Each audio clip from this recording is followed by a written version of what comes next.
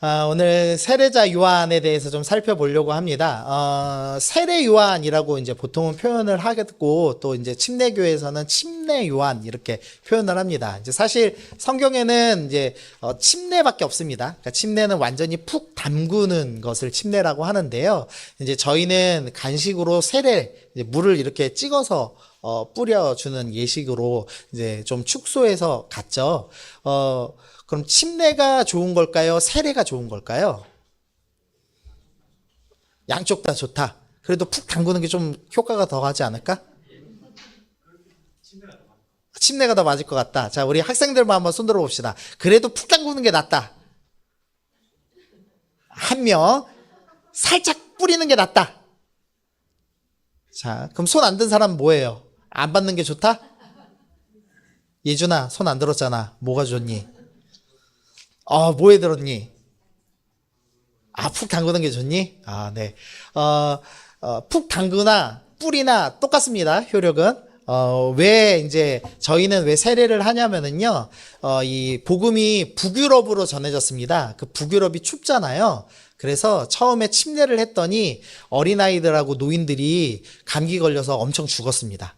그것 때문에 우리가 예식의 의미가 중요한 거지 예식 자체가 중요한 건 아니지 않냐. 그래서 그때부터 뿌리기 시작한 겁니다. 그래서 지금까지 내려온 겁니다. 그래서 오히려 생명을 보호하기 위해서 간소화한 거기 때문에 침례 푹 담근다고 효력이 더 있고 뿌린다고 덜 있고 이건 아닙니다.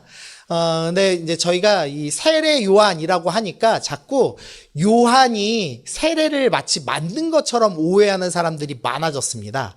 그래가지고 저희 학교 교수님들이 이제 세례자 요한이라고 표현을 하는 게 세례가 요한 거라고 오해하지 않겠다. 그래서 세례자 요한이라는 표현을 써요. 그래서 저도 선생님들 뜻을 따라서 세례자 요한이라고 적어봤습니다. 이 세례자 요한은 어떤 사람이냐면 매우 뛰어난 사람입니다. 특별히 성경이 예언한 인물입니다. 말라기서 4장 5절 보니까요. 보라 여호와의 크고 두려운 날이 이르기 전에 내가 선지자 엘리야를 너에게 보내리니 라고 되어 있습니다. 말라기는 구약의 마지막 선지자입니다. 마지막 선지자가 구세주 그리스도께서 다시 오시기 전에 그 앞에 선지자 엘리야를 보내겠다라고 얘기했습니다. 근데 엘리야는 죽지 않고 올라간 선지자였기 때문에 그때부터 이스라엘 사람들이 계속 엘리야를 기다려 왔습니다. 근데 엘리야가 어떤 사역을 할 건지가 드러나는데요. 6절 말씀 읽어보겠습니다. 시작. 그가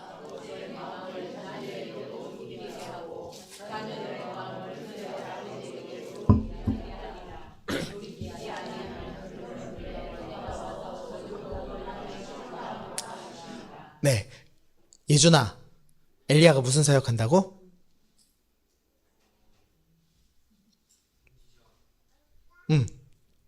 선지자 사역을 하시는데 그 중에서 예준이가 모르니까 앞에 있는 자, 우리 진주. 자, 어디까지 가나 봅시다. 무슨 사역한다고? 엘리야가?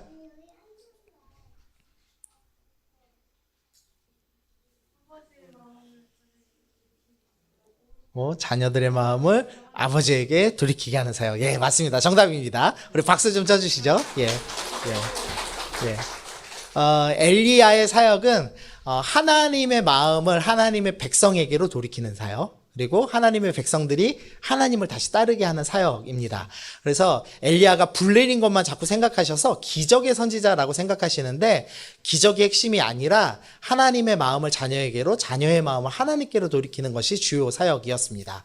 그랬는데 이 누가복음 1장에 보니까 천사가 이 세례자 요한이 태어날 것을 예언합니다. 이 수태고지라고 하죠. 그때 뭐라고 하냐면 17절에 그 세례자 요한, 네가 낳을 자녀는 엘리야의 심령과 능력으로 주 앞에 먼저 올 것이다 라고 얘기합니다. 엘리야가 환생한 것인가요? 아닌가요? 아닙니다. 엘리야가 환생한 것이 아니라 엘리야의 사역을 이어서 아버지의 마음을 자녀에게로, 자녀의 마음을 아버지께로 돌이키는 일을 하게 될 것이다 라고 예언을 한 겁니다. 어쨌든 세례자 요한은 예언된 아주 매우 중요한 선지자 중에 하나입니다. 그래서 예수님 제자들이 이제 나중에 물어봅니다. 예수님이 오셨는데 앞에 분명히 엘리야가 온다고 했는데 엘리야가 누굽니까? 라고 물어보시자 이제 13절에서 제자들이 예수께서 말씀하신 것이 세례 요한인 줄 깨달으니라. 그래서 세례 요한이 바로 엘리야의 사역을 이어간 사람이었구나 라는 것이 이제 성경에 드러납니다. 그래서 매우 중요한 사람입니다. 또 한 가지 예언이 더 있습니다. 누가복음 3장에 보니까 요한이 요단강 부근 각처에 와서 죄사함을 받게 하는 회개의 세례를 전파하였는데 선지자 이사야 책에 쓴 바 광야에서 외치는 자의 소리가 있어 합니다. 이사야가 광야에 외치는 소리가 먼저 있을 것이다 라고 예언했는데 그 광야에 외치는 소리가 바로 세례자 요한입니다 라고 이야기를 했습니다. 그러니까 성경에서 뭐 예수님에 관한 예언은 참 많죠. 그런데 이 다양한 선지자들을 통해서 나심을 예언한 이 일반 인간 이제 세례자 요한밖에 없다고 할 만큼 세례자 요한은 매우 뛰어난 사람이었습니다. 거기다가 세례자 요한의 아버지는 어떤 사람이냐? 사가랴라는 사람인데 제사장이었습니다. 예수님은 직업이 뭐셨죠? 예, 목수였습니다. 그런데 세례자 요한은 제사장 가문입니다. 어느 게 직업이 더 좋나요? 그래서 제사장이 아무래도 낫죠. 그래서 존경받을 집안, 그러니까 집안도 좀 빵빵한 사람이었다 이렇게 생각하시면 좋겠습니다. 또 세례자 요한은 뱃속에 있는 복중이 이제 뱃속입니다. 뱃속에서부터 예수님을 만나자 뛰노는 성령 충만한 사람이었다라고 기록을 합니다. 뱃속에서부터 충만한 사람이 있나요? 제가 저희 서연이를 위해서 뱃속에서부터 충만케 하려고 열심히 찬양을 저희 집사람하고 불러줬는데 예, 홀리하지 않습니다. 네. 네. 똑같죠, 애들은 다. 근데 세례자 요한은 달랐습니다. 뱃속에서부터 충만했습니다. 그래서 아이가 자라가면서 심령이 강하여져서 이스라엘에게 나타나는 날까지 빈들에 있었다. 그러니까 즉 자라는 기간 동안에 광야에서 영적인 훈련을 받았다라고 이제 기록을 합니다. 그러니까 이 정도로 철저하게 훈련받은 사람, 뱃속에서부터 성령 충만했던 사람, 미리 예언됐던 사람은 인간 중에서 없다 할 정도로 이 세례자 요한은 뛰어난 사람이었죠. 그래서 백성들이 뭐라고 얘기하냐면 모든 사람이 이 세례자 요한을 참 선지자로 여겼습니다. 400년 동안에 자기가 선지자라고 주장한 사람 많았지만 성경이 선지자라 인정한 사람이 없습니다. 그런데 세례자 요한은 백성도 인정하고 성경도 인정하는 선지자였습니다. 심지어는 요한을 그리스도가 아니신가? 그러니까 구원자의 말이 이제 구원자라는 말의 헬라어가 그리스도입니다. 그래서 혹시나 세례자 요한이 구원자 아니야? 이제 이렇게 생각할 만큼 세례자 요한은 매우 뛰어난 사람이었다고 성경이 이야기를 합니다. 그래서 정리를 해보면 이렇게 정리할 수 있습니다. 예언된 사람이고 제사장 가문이고 뱃속에서부터 성령 충만했고 어려서부터 경건 활동을 했고 백성들에게 선지자로 여김을 받고 심지어는 구원자로 여겨지기까지 하는 사람. 그래서 사실은 예수님보다 스펙이 훨씬 좋습니다. 예수님은 30살까지 무슨 일을 하셨죠? 목수의 일을 하셨습니다. 경건 훈련한 게 아니라 목수하셨던 분입니다. 그러니까 예수님은 이 세례자 요한에 비하면 인간적인 모습은 인간적인 이 스펙이라고 하죠. 그거 좀 이제 낮아 보이는 그런 차이가 있죠. 그만큼 이제 세례자 요한이 뛰어납니다. 그런데 이제 어떤 일이 있냐면 먼저 요한복음 3장 24절에서 요한이 세례자 요한이 아직 옥에 갇히지 않았다라는 표현이 있습니다. 무슨 소리냐면 세례자 요한이 활발하게 사역하고 있는 사역의 전성기다 이 소리입니다. 근데 그럴 때 무슨 일이 일어났냐면 예수님께서 제자들과 유대 땅에 가셨습니다. 그래서 세례를 베푸시기 시작했습니다. 그리고 세례자 요한도 예수님이 계시는 그 유대 땅, 그 중에서도 살렘 가까운 에논이라고 하는 어떤 장소, 아마도 가까웠던 곳으로 추정이 됩니다. 거기서 동일하게 세례를 베풀었습니다. 그러니까 예수님 공동체도 세례를 베풀고 지금 세례자 요한 공동체도 세례를 베풀고 있는 상태이죠. 그런데 25절 한번 읽어보겠습니다. 자, 시작. 예.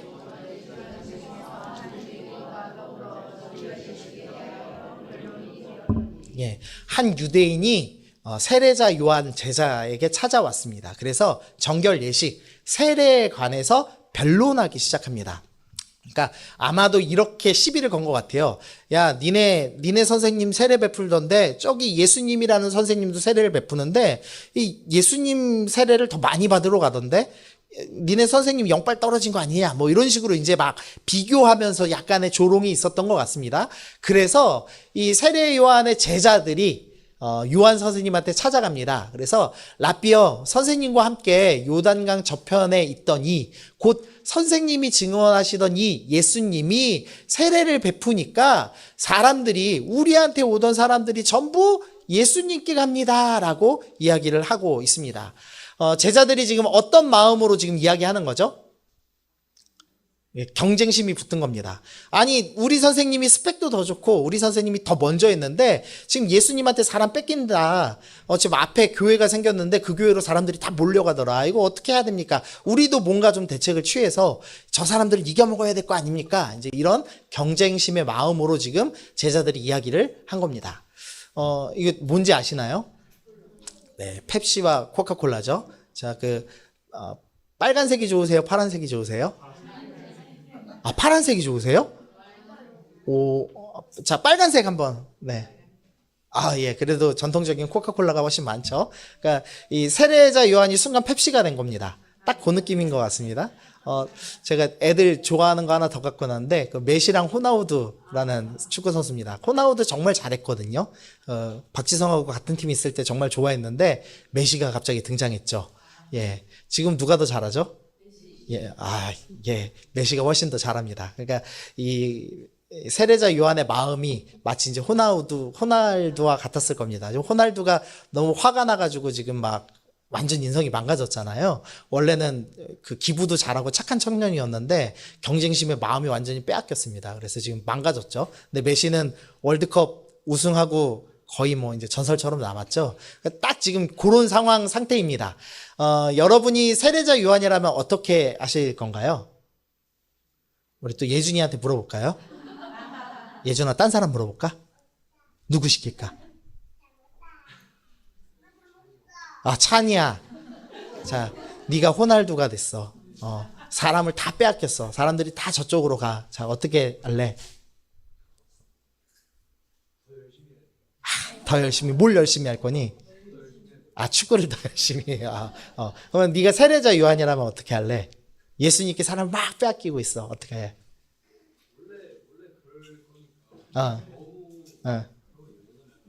그렇죠. 예, 신앙은 신앙대로 연연하지 않겠다. 예수님께 가는 게 옳다. 네, 성경적이네요. 좋습니다. 지금 이제 라이벌이 된 세례자와 예수님 모습입니다. 예수님 때문에 손해보기 시작했습니다. 이럴 때 어떻게 해야 될까? 뭐 오늘 이제 말씀 적용을 그렇다고 예수님 때문에 손해볼 때 어떻게 하냐 이제 이것만 적용할 수 없어서 일단 내용 쭉 설명하고 적용 먼저 해보겠습니다. 요 설명 드려야 되는구나. 그 인생 그래프라는 거 혹시 아시나요? 이 사람이 이제 처음 태어나서 뭔가 좋은 일이 있으면 높게 찍고 나쁜 일이 있으면 낮게 찍고 이렇게 해갖고 그래프를 그려보는 게 이제 인생 그래프라고 합니다. 그러면 보통 사람이 제일 원하는 그림은 뭐냐면 태어날 때는 낮았으나 끝에는 창대하리라가 되는 게 제일 좋겠죠. 대각선으로 쭉 올라가는 게 아마 제일 좋은 그림일 겁니다. 네, 세례자 요한 인생 그래프는 이렇게 표현할 수 있을 것 같습니다. 처음에 시작은 좀 남들보다 괜찮았습니다. 제사장 가문에서 그럴싸하게 시작했다가 예수님이 사역 시작하시면서부터 꼬꾸라집니다. 그래서 나중에는 헤롯 왕에게 목 잘려 죽임을 당하는 비참한 인생을 살죠. 그러니까 감옥에서 죽습니다. 그러니까 인생 그래프가 이렇게 꺾이는 상태가 되는 겁니다. 그러니까 인간적으로 볼 때는 썩 행복해 보이지 않는 그런 이제 그래프를 그리고 있습니다. 그런데 세례자 요한이 어떻게 이제 대하는지 한번 보겠습니다. 먼저 27절입니다. 요한이 대답하여 이르되 만일 하늘에서 주신 바 아니면 사람이 아무것도 받을 수 없다. 이 세 번역은 하늘이 주시지 않으면 사람은 아무것도 받을 수 없다. 그러니까 여기서 하늘은 하나님을 의미합니다. 모든 것은 하나님이 하시는 거야. 나에게 사람을 보내시는 것도 하나님이시고 사람을 빼앗으시는 것도 하나님이시기 때문에 하나님 하시는 일에 나는 온전히 인정하겠다라고 얘기하면서 하나님의 주권을 인정하기 시작합니다. 우리가 보통 억울함을 표현하기가 쉽죠. 그러나 억울함이 아니라 하나님을 신뢰하는 태도를 먼저 취했습니다. 두 번째로 나는 그리스도가 아니니까 사람들이 그리스도께 가는 건 당연해 라고 생각을 했습니다. 나는 구원자가 아니야 라고 생각했습니다. 우리가 어떤 이 경쟁심 느끼는 일을 만나는 순간 어떻게 되냐면 내가 스스로 뭔가 잘해볼 거야 라는 생각에 꽉 사로잡힙니다. 내가 어떻게 해야 이놈을 이길 수 있지, 내가 어떻게 해야 이놈을 혼내줄 수 있지 이러면서 엄청난 이제 힘을 내죠. 그러나 세례자 요한은 내 힘으로 살지 않겠다, 내가 구원자 되지 않겠다라고 결정을 하였습니다. 자, 세 번째로 신부를 취하는 자는 신랑이나 서서 신랑의 음성을 듣는 친구가 크게 기뻐하나니 나는 이러한 기쁨으로 충만하였노라 라고 고백을 합니다. 성경에서 신랑은 하나님을 표현할 때 사용하는 말이죠. 신부는 이스라엘을 표현할 때 사용하는 말입니다. 그런데 지금 여기서 이제 신랑은 예수님을 얘기하는 거죠. 예수님께 신부인 아버지의 자녀들이 가는 것은 너무나 당연한 일이고 나는 신랑의 친구로서 있을 거야 라고 결정을 합니다.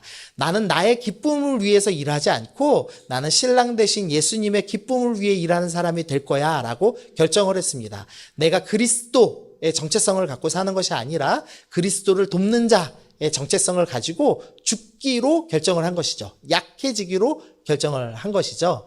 그래서 30절 말씀을 우리 다시 한번 읽어보겠습니다. 시작. 네. 우리가 보통 내가 먼저 흥하고 내가 먼저 잘 되고 그 다음에 예수님도 좀 잘 되면 낫지. 일단은 내가 부자 되는 게 먼저고 그 다음에 뭐 교회가 조금 형편 나아지면 뭐 그것도 좋지. 이 정도로 생각하죠. 그런데 세례자 요한은 철저하게 나는 작아져야 됩니다. 그리고 예수님이 커져야 합니다 라고 고백을 하고 있습니다. 아멘 하실 수 있죠? 네, 감사합니다. 적용 한번 해보겠습니다. 오늘 설교가 너무 짧네요. 자, 세 가지로 좀 적용을 해봤습니다. 먼저는 좀 경쟁심에 대한 적용을 해보겠습니다. 경쟁심이 찾아올 때 어떻게 해야 하는가? 우리가 경쟁하고 싶은 마음이 드는 순간 상대방 죽이고 싶습니다. 그래서 가인이 어떻게 하죠? 동생 아벨을 죽였습니다. 근데 경쟁심이 찾아오면 우리가 꼭 이기고 싶어 합니다. 약육강식 하는 거죠. 내가 강해져서 상대방을 죽일 거야 라고 결정합니다. 약육강식은 하나님 나라의 방식이 아니라 세상 나라의 방식입니다. 그래서 경쟁심이 찾아올 때 우리가 먼저 뭘 결정해야 되냐? 하나님이 주신 자기 역할에 최선을 다해야 됩니다. 세례자 요한이 뭐라고 고백하냐면 맞아, 난 그리스도자가 아니지, 나는 예수님이 아니지, 나는 예수님을 돕는 역할을 하기 때문에 사람들을 빼앗기는 게 옳지, 내 역할은 신랑의 친구야 라고 결정을 했죠. 자기 역할이 무엇인지를 분명히 알고 자기 역할에서 승리하는 것이 목표가 아니라 최선을 다하는 것이 목표로 바뀌어야 합니다. 저 그림이 혹시 우리 학생들 뭔지 아나요? 예, 올림푸스 가디언 제우스입니다. 이제 28이나 아는 예화군요, 이게. 이제 어린애들 모르네요. 더 제가 예화를 젊게 쓰겠습니다. 다음 주부터. 네, 예. 저게 이제 그 올림푸스 가디언이라고 애들 유행했던 거 만화거든요. 네, 거기 제우스 신입니다. 제우스 신 무기가 뭐죠? 그렇죠. 번개입니다. 번개. 여러분 시험 때 뭐 하시죠? 벼락치기 하시죠? 그래서 제가 그 친구들한테 제우스 신 섬긴다고, 이교도들이라고 제가 맨날 뭐라 하거든요. 자, 이번 시험 때도 벼락치기 하고 계신 분? 네. 예. 그래도 사실 대단한 겁니다. 지금 오늘 평소보다 적은 게 시험 기간이거든요. 그래도, 나온 것만으로도 대단합니다. 근데, 제일 시험 때 좋은 것은 벼락치기 해서 승리하는 게 아니고요. 제가 좋은 공부법 알려드릴게요. 이재함 공부법. 네. 제가 대학 다닐 때 과외를 시작했습니다. 중학생 2명 놓고 시작했거든요. 그래서 저는 이제 중하위권 전문 선생님입니다. 중하위권 전문 선생님 뭐 하냐면은 불러다가 애들 공부 가르쳐가지고 중상으로 바꿔놓는 겁니다. 그때 당시에 처음 이 애들 공부할 때요, 되게 공부 못했어요. 막 반에서 40명 중에 30등, 35등 이런 애들 놓고 시작했거든요. 과외 소문 나가지고 나중에 15명까지 했습니다. 한 주에. 15명 하는데 그 중에서 서울 과기대 그다음에 인하대, 인천대 이런 데 들어갔습니다. 그 친구들. 제가 꽤 실력 있는 과외 선생님입니다. 비법 알려드릴게요. 지금부터. 제우스 신 섬기듯이 하면 안 됩니다. 벼락치기 금지입니다. 그래서 제가 시험 기간이 되면 애들 PC방을 데리고 갑니다. 공부 못하게. 이해가 되세요? 벼락치기 못하게 하느라고 절대 시험 기간엔 너네 그렇게 하면 안 돼. 그래서는 끌고서는 밥 먹고 맛있는 거 먹이고 PC방 가고요. 시험 끝날 그 다음 날부터 오답 노트를 시킵니다. 그러니까 애들이 꾀부릴 수가 없어요. 왜냐하면 벼락치기를 못하게 하니까. 되게 사소한 건데요. 그 사소한 원칙, 매일 최선을 다하는 연습시키는 것만으로도 중하위권 애들 성적이 되게 많이 오릅니다. 그 중3 때 분수 모르는 애를 제가 가르쳤거든요. 2년 가르쳐갖고 대학 보냈습니다. 네. 한번 해보십시오. 아무도 하면 안 할 줄 알았습니다. 벼락치기라도 해야지 아마 이 생각하실 건데, 네, 기억나시라고 이해가 된 겁니다. 공부법이 중요한 게 아니라 자신의 역할에 최선을 다하는 것으로 경쟁심으로 일을 하는 것이 아니라 하나님이 주신 것에 그냥 충성하는 것, 그것이 우리가 해야 될 적용입니다. 두 번째로 경쟁에서 패배할 때 어떻게 해야 되는가? 세례자 요한은 자신의 역할이 무엇인지를 분명히 확인했죠. 그러니까 보통은 나는 승리자가 돼야 돼 라고 생각합니다. 내가 반드시 이겨야 돼로 나의 정체성을 삼죠. 근데 그게 아니라 나는 이기는 사람이 아니야로 정체성을 바꿨다는 겁니다. 자기에게 주어진 하나님의 역할을 찾은 것이죠. 제가 그 대학생 때 꿈이 뭐였냐면 찬양 인도자였습니다. 찬양 인도 잘하나요, 제가? 감사합니다. 여기선 제가 김해에서는 그래도 날릴 것 같은데 서울 가면은 잘할까요? 네, 서울에 날고기는 찬양인도 참 많아요. 교회에도. 그래서 제가 만약 찬양인도 고집 부렸다면은 이도저도 아니었을 겁니다. 근데 하나님이 너 찬양인도 하지 말고 말씀 준비해라 이렇게 말씀하신 것 같았어요. 그래서 제가 찬양인도 내려놓고 신학교 들어갔습니다. 잘한 것 같죠? 예, 자기 역할을 바꾸는 게 좀 중요합니다. 제가 예화 하나 드릴 텐데요. 이 정치적인 예는 아닙니다. 유시민 작가라고 돼 있죠.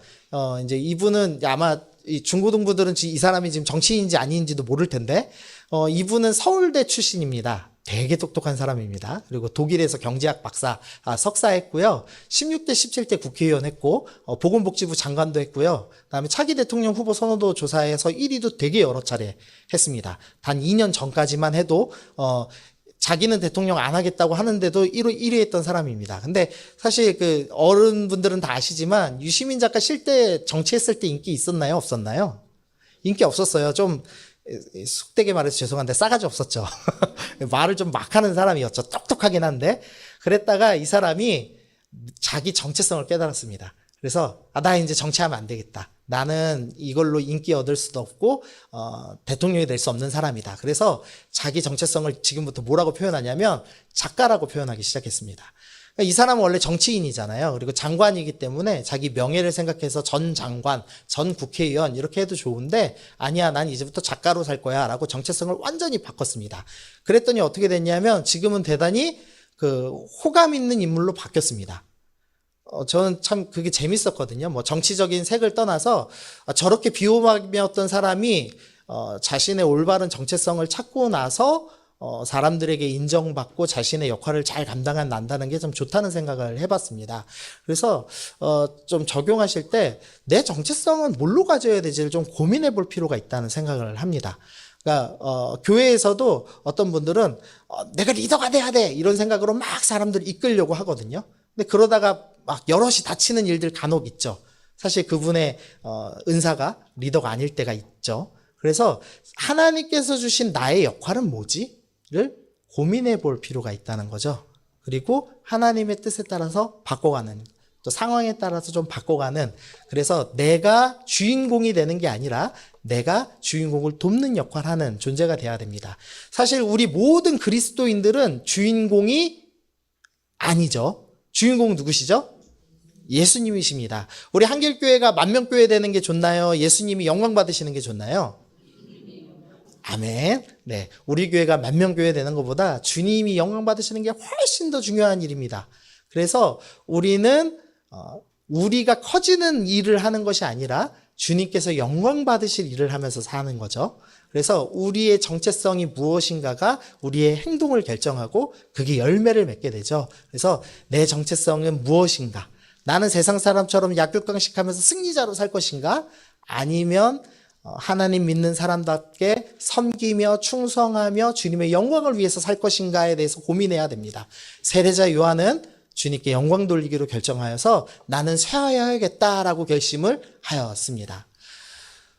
마지막 적용입니다. 세례자 요한은 예수님으로 인해서 인생 그래프가 완전히 꺾었습니다. 세상적으로 보면 망했습니다. 그래서 이렇게 좀 표현할 수 있겠죠.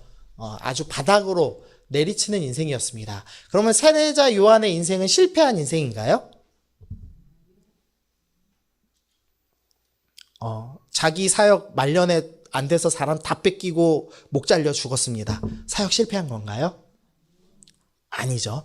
우리 인생 가운데 주님을 위해 살다가 조금 인생이 힘들어지는 사람이 분명 있습니다. 여기도 많이 있으신가요? 네. 양효주 지사님이 슬며시 웃으셨는데 방금. 예수님 잘 믿는 거 쉽지 않습니다. 인생 꼬일 때도 있습니다. 쉽지 않습니다. 그러나 우리 인생 그래프가 거기서 끝이 아니라는 걸 기억하셔야 됩니다. 왜냐하면 예수님 만나고 세례자 요한이 목 잘려 죽었죠. 근데 거기서 끝나나요, 인생이? 아니죠. 우리에게는 어느 곳이 있죠? 영원한 하나님 나라가 있습니다. 우리가 이 땅에서 주님 위해서 힘겹게 산 것은 다 하늘의 상급으로 쌓일 것입니다.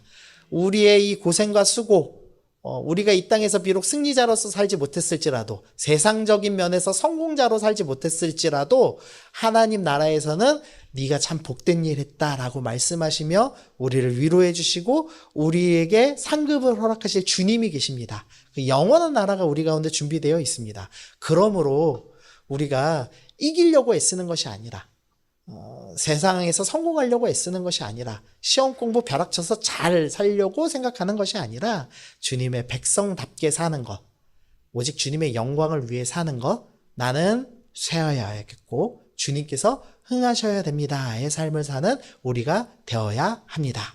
아멘. 우리 적용 찬양하고 함께 기도하면 좋겠는데요. 우리 나 무엇과도 주님을 바꾸지 않으리 찬양하려고 합니다. 말씀을 좀 기억하시면서 입으로만 나는 쇠해도 좋아요가 아니라 정말로 주님, 나는 세상의 부귀 영화와도 주님을 바꾸지 않겠습니다. 나의 생명과도 주님을 바꾸지 않겠습니다. 난 오직 주님만을 찬양하며 주님께 영광 돌리며 주님을 위해 사는 주님의 백성 되길 소원합니다. 우리 그렇게 함께 찬양하면서 나아가겠습니다.